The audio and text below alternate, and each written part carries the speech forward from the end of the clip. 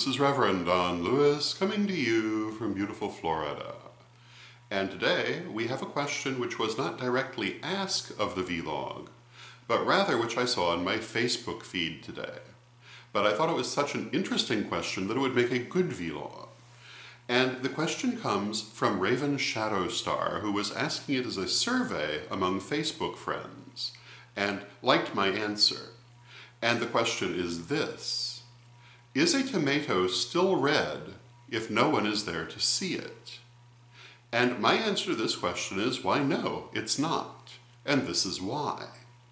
Our perception of color is owing to two phenomena. The first is the way in which an object absorbs or reflects light. And the different wavelengths of light are perceived as color when they are seen by an observer. And that is the second part of the phenomenon, the way in which we interpret those wavelengths of light, which are either longer or shorter, and we perceive them as different colors or shades. And I say colors or shades because not everyone perceives them in the same way. Most people will perceive the reflection of light from the tomato as indicating the color red, but not everyone. People who have a red-green color blindness will certainly not receive it as red, but will perceive it as gray. In addition, I would say that other people who are perceiving it as red are not necessarily perceiving it as the same shade of red. And I say this in part because I know that in my own case, my two eyes perceive color slightly differently. Not drastically differently, but slightly. And I would assume that this means that eyes are not constant in how they receive color. So the way that the color is interpreted from the wavelength of light is highly individual and purely internal.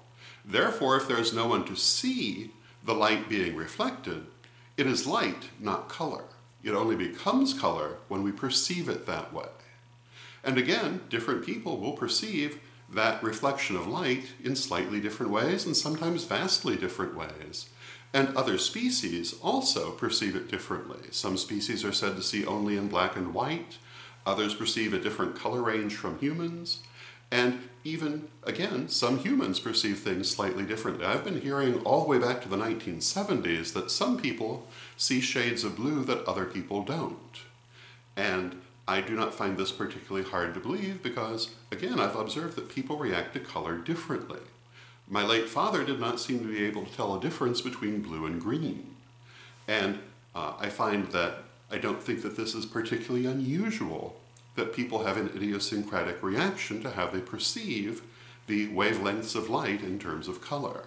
I've been told that I have difficulty telling the difference between certain shades of tan and green, which have a lot in common, but most people can discern them apparently a little better than I can. Again, my answer is that the wavelength of light which is reflected from the tomato does not become a color until it has been seen. Thus, I would say that not only is the tomato not still red, it is not even red until it is perceived by a viewer who interprets the reflected light in that way. And this reminds one of another very famous question of a similar vein, and that is, if a tree falls in the forest, does it create a sound if there is no one there to hear it? And again, I would say no, it does not. And it does not for this reason. When the tree falls, or for that matter, when any object moves, it creates a vibration. But I think that we would have to say the vibration does not actually become a sound until it is heard and interpreted as being a sound. And here again, we have the famous example that certain animals hear sound at a wider range than humans do. For example, dogs with dog whistles or bats with sonar.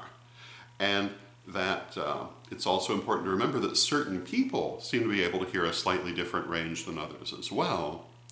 And therefore, not only does that vibration not become a sound until it is heard, but the sound it becomes is not necessarily universal.